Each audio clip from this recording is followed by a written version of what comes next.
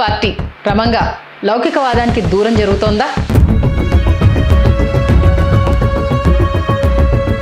లౌకికవాదానికి కాలం చెల్లిపోయిందని ఆ పార్టీ భావిస్తోందా? ఇక hard core హిందుత్వ పాలిటిక్స్తోనే భవిష్యత్తును నిర్మించుకోగలము అని పూర్తిగా నమ్ముతోందా?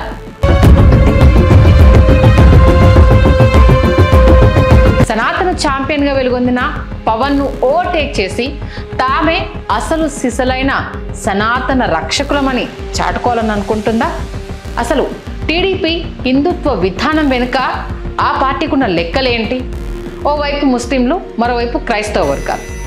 ఇలా టీడీపీ ఈక్వేషన్స్ ఎలా ఉండబోతోంది? హిందువుల ఓట్ల కోసమే టీడీపీ ఈ పక్షాల మధ్య, అంటే కూటమి పక్షాల మధ్య ఎలాంటి పోటీ ఉంటుంది? అసలు టీడీపీ హిందుత్వ పాలిటిక్స్పై పొలిటికల్ క్రిటిక్స్ అంచనాలు ఎలా ఉన్నాయి? ఏపీలో మత రాజకీయాలు, పార్టీల వ్యూహాల గురించి ఈ వీడియోలో వివరించే ప్రయత్నం చేస్తారు.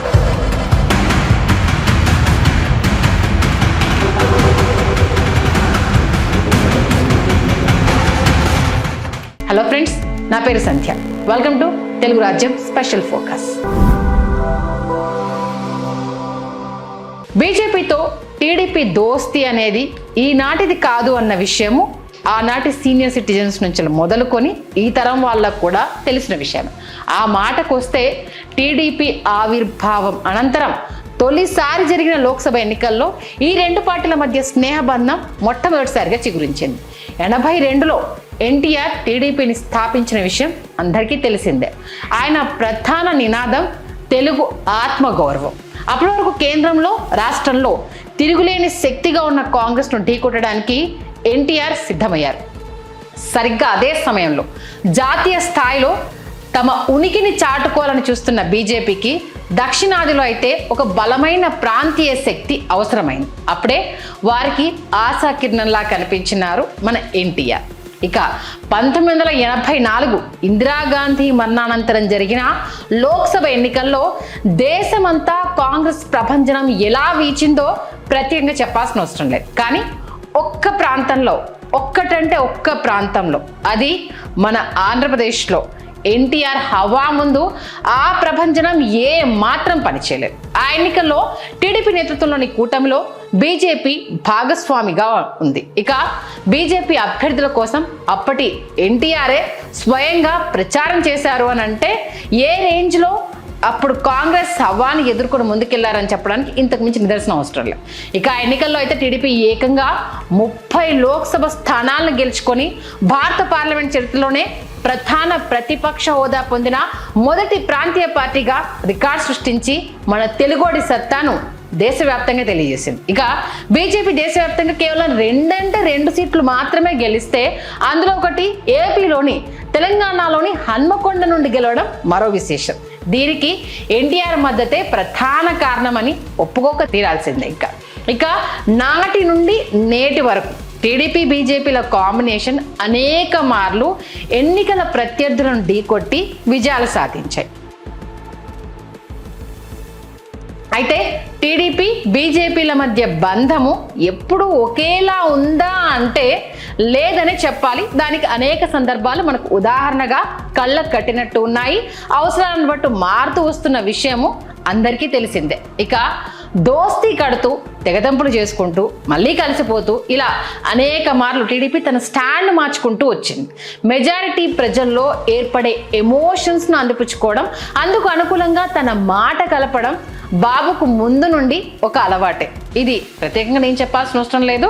తలపండిన రాజకీయ విశ్లేషకుల నుంచి మొదలుకొని ఇప్పటి విశ్లేషకుల వరకు ప్రతి ఒక్కరూ ఈ అంశం గురించి ప్రత్యేకంగా చెప్తూనే ఉంటారు.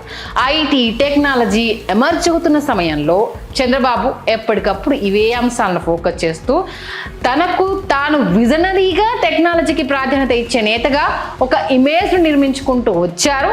ఇప్పటికీ వస్తూనే ఉన్నారు. ఇక గోద్రా అలర్ల తర్వాత దేశవ్యాప్తంగా మోదీపై విమర్శలు వచ్చిన సందర్భంలో మోదీని ముఖ్యమంత్రిగా తొలగించాలని మొట్టమొదటగా చంద్రబాబు గారు తన వాణిని వినిపించారు. మనం మర్చిపోయినా ప్రపంచం మర్చిపోదు కదా, అదే ఇప్పుడు గుర్తు చేస్తున్నారు.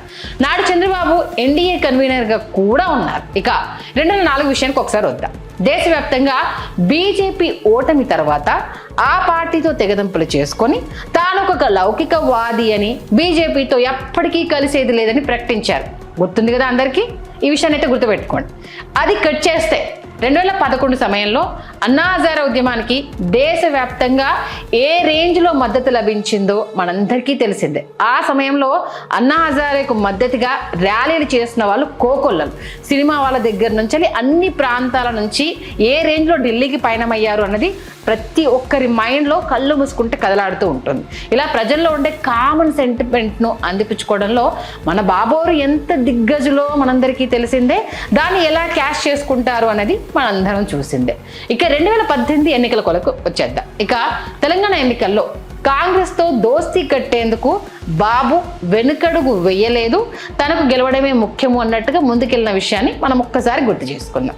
ఇక్కడ కూడా ఏ మాత్రం ఆయన క్యాలిక్యులేషన్స్ ఏంటిది ఫెయిల్ అవ్వకుండా చాలా ప్లాన్ చేసినా ఇక అప్పుడున్న ప్రభంజనంలో ఎప్పుడు అంటే ఎంత సీనియర్ అయినా ఒక్కొక్కసారి మనం అవకాశాన్ని అందిపుచ్చుకోవడంలో మన క్యారెక్టర్ని మిస్ చేసుకున్నప్పుడు జనాల క్యాలిక్యులేషన్స్ మారిపోతాయి అన్నది ఇక్కడ ఆ ఫెయిల్యూర్ చాలా స్పష్టంగా తెలియజేసింది. ఇక ఏపీలో కాంగ్రెస్ ప్రధాన రాజకీయ పక్షంగా ఉన్నంతకాలం కాంగ్రెస్కు బలమైన ప్రత్యామ్నాయ పార్టీగా టీడీపీ రాజకీయాలు చేసింది. ఇక కాంగ్రెస్కు వ్యతిరేకంగా పోరాటం చేయడం కోసమే టీడీపీ ఉద్భవించింది అని అనేక సందర్భాల్లో ఎన్టీఆర్ గారు ఆ తర్వాత చంద్రబాబు నాయుడు గారు ప్రకటించిన విషయం అందరికీ తెలిసిందే. విభజన అనంతరం ఏపీలో జగన్ ప్రధాన రాజకీయ పక్షంగా ఎదగడం, కాంగ్రెస్ తన అస్తిత్వాన్ని కోల్పోవడంతో తెలంగాణలో దేశ రాజకీయాల్లో కాంగ్రెస్తో కలిసేందుకు టీడీపీ వెనుకడుగు వేయాల్సి వచ్చింది. ఇంకా వేయక తప్పని పరిస్థితి. ఒక రకంగా చెప్పాలంటే తరచూ సిద్ధాంతాలు మార్చుకోవడమే తమ సిద్ధాంతంగా టీడీపీ రాజకీయాలు చేస్తూ వస్తూనే ఉంది. దీన్ని ప్రత్యర్థులు అవకాశ రాజకీయాలు అనొచ్చు. అయినప్పటికీ టీడీపీ తమ లైన్ మార్చుకున్న అనేక మార్లు తమ విజయ రహస్యం ఇదే, ఆ విజయాలు సాధిస్తున్న తీరు ఇదే అంటూ కూడా చాలా స్పష్టంగా తెలియజేసింది. అంటే ప్రజల నుండి ఆ పార్టీ నిర్ణయాల మార్పుకు మద్దతు అయితే స్పష్టంగా లభించింది. ఇక 2024 ఎన్నికలకు వద్దాం. టీడీపీ విజయానికి వైసీపీ ఘోర పరాజయానికి కారణాలు ఏవైనా టీడీపీ బీజేపీల మిత్రబంధాన్ని ప్రజలు ఒక రకంగా అంగీకరించినట్టు అయింది. ఆ ప్రభంజనం కూడా మన కళ్ళ ముందు కనిపించింది.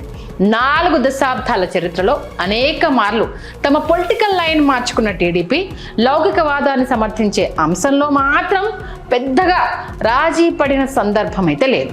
బీజేపీతో పొత్తులో ఉన్నప్పటికీ రాష్ట్రంలో మాత్రం టీడీపీ తరచూ తన సెక్యులర్ నినాదాన్ని వినిపిస్తూనే వచ్చింది. ఎందుకు అనంటే ఆ నినాదం వదిలిపెడితే తెలుగు ప్రజలు చీదరించుకుంటారన్న విషయం తెలిసిందే.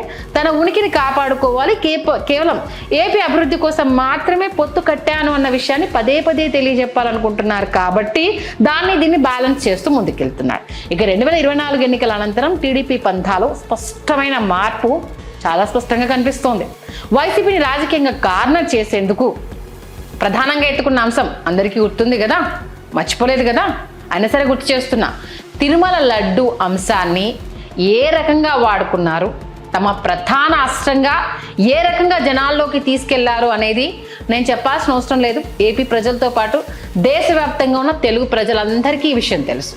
జగన్ని ఒక క్రైస్తవుడి కోణంలో ప్రజల ముందు ఎస్టాబ్లిష్ చేసేందుకు తమ సాయశక్తుల ప్రయత్నం చేశారు, చేస్తూనే ఉన్నారు, చేయబోతున్నారు. ఇది రాసి పెట్టేసుకోండి. ఇంకా జగన్తో అటు హైందవ సమాజానికి ప్రమాదమే. అసలు హైందవం అనేది జగన్ ఉన్నంత వరకు ముందుకెళ్ళదు అనే ఒక వాతావరణాన్ని అయితే సృష్టించి హిందువులకు జగన్ను పూర్తిగా దూరం చేసే లక్ష్యంతో టీడీపీ స్ట్రాటజికల్గా ముందుకెళ్తున్నట్లు స్పష్టంగా తెలుస్తోంది. ఇక టీడీపీ కొత్తగా హిందుత్వ రాజకీయాలను ఆశ్రయించడానికి ప్రధానంగా మనకి ఇక్కడ 2 కారణాలు అయితే స్పష్టంగా కనిపిస్తున్నాయి. ఒకటి, జగన్ను తిరిగి అధికారంలోకి రాకుండా కట్టడి చేయడం. మరొకటి, హిందువుల ఓట్లు బీజేపీ జనసేన వైపుకు పోలరైజ్ అవ్వకుండా తమ వద్దే ఉంచుకునే ప్రయత్నం. అంటే వాళ్ళు కనుక పక్కకు తప్పితే బాబు గారి పరిస్థితి ఏంటి అనేది తెలుసు కాబట్టి ఉన్నప్పుడే, అంటే దీపం ఉన్నప్పుడే ఇల్లు చక్కబెట్టుకోవాలనుకుంటారు కదా. ఈ నేపథ్యంలో మేము వాళ్ళతో ఉన్న మా పంథా ఇది అనేది తెలియజెప్పే ప్రయత్నాన్ని కూలంకషంగా వాళ్ళు క్రింది లెవెల్ నుంచి అంటే గ్రౌండ్ లెవెల్ ప్రయత్నాలు చేస్తున్నారని స్పష్టంగా కనిపిస్తుంది. కులమతాల ప్రస్తావన లేని రాజకీయాలు కావాలంటూ పార్టీ పెట్టిన కొత్తలో జనసేన సిద్ధాంతాలను రూపొందించిన పవన్ కళ్యాణ్ గారు ఆ తర్వాత ఏ స్టాండ్ తీసుకున్నారు, ఎన్ని రంగులు మార్చారు, ఎన్ని మాటలు చెప్పారు, ఇది మనం చెప్పాల్సిన అవసరం లేదు. ఆయన మర్చిపోయినా గూగుల్ తల్లి గుర్తు చేయడానికి సిద్ధంగా ఉన్నారు.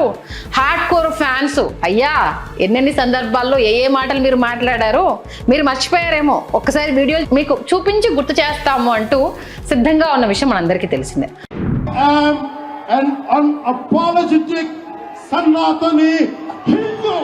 ప్రస్తుతం హార్డ్ కోర్ సనాతనిగా తనను తాను ప్రకటించుకున్నారు పవన్ కళ్యాణ్.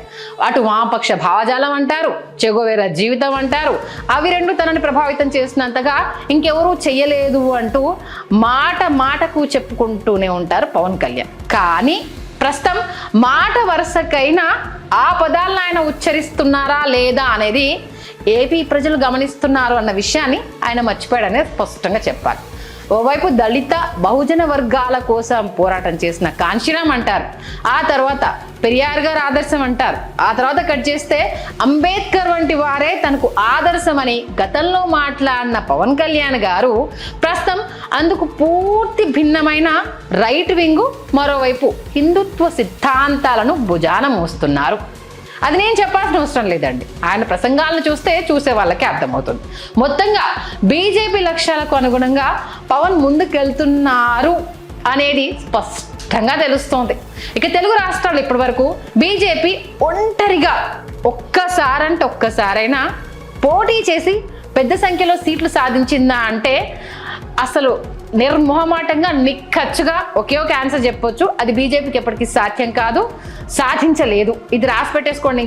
ఇక 2019 ఎన్నికల్లో ఒంటరిగా పోటీ చేసిన బీజేపీ ఏ రేంజ్లో పర్ఫార్మెన్స్ చేసింది, కాంగ్రెస్ కంటే ఎంత ఘోరంగా విఫలమైంది అనేది గణాంకాలు చూస్తేనే అర్థమవుతుంది. మళ్ళీ ఏదో మేము చెప్పామనేసి అనుకున్నారు. ఒక్కసారి వెనక్కి వెళ్ళేసి గూగుల్ తల్లిని అడిగితే ఏ రేంజ్లో ఓటు శాతం ఉంది, కాంగ్రెస్కి బీజేపీకి మధ్య ఎంత వ్యత్యాసం ఉంది, అసలు పరిగణలోనికి లేని కాంగ్రెస్ కన్నా బీజేపీ ఎంత ఘోరంగా పర్ఫార్మెన్స్ చేసింది అనేది అక్కడే కనిపిస్తుంది. ఇక సీన్ కట్ చేద్దాం, ఇక 2024కి వచ్చేద్దాం. టీడీపీ జనసేనతో జత కట్టిన బీజేపీ 3 ఎంపీ స్థానాలను అయితే గెలుచుకుంది. పొత్తులో భాగంగానే సుమి ఇక్కడ అండర్లైన్ చేసుకోండి.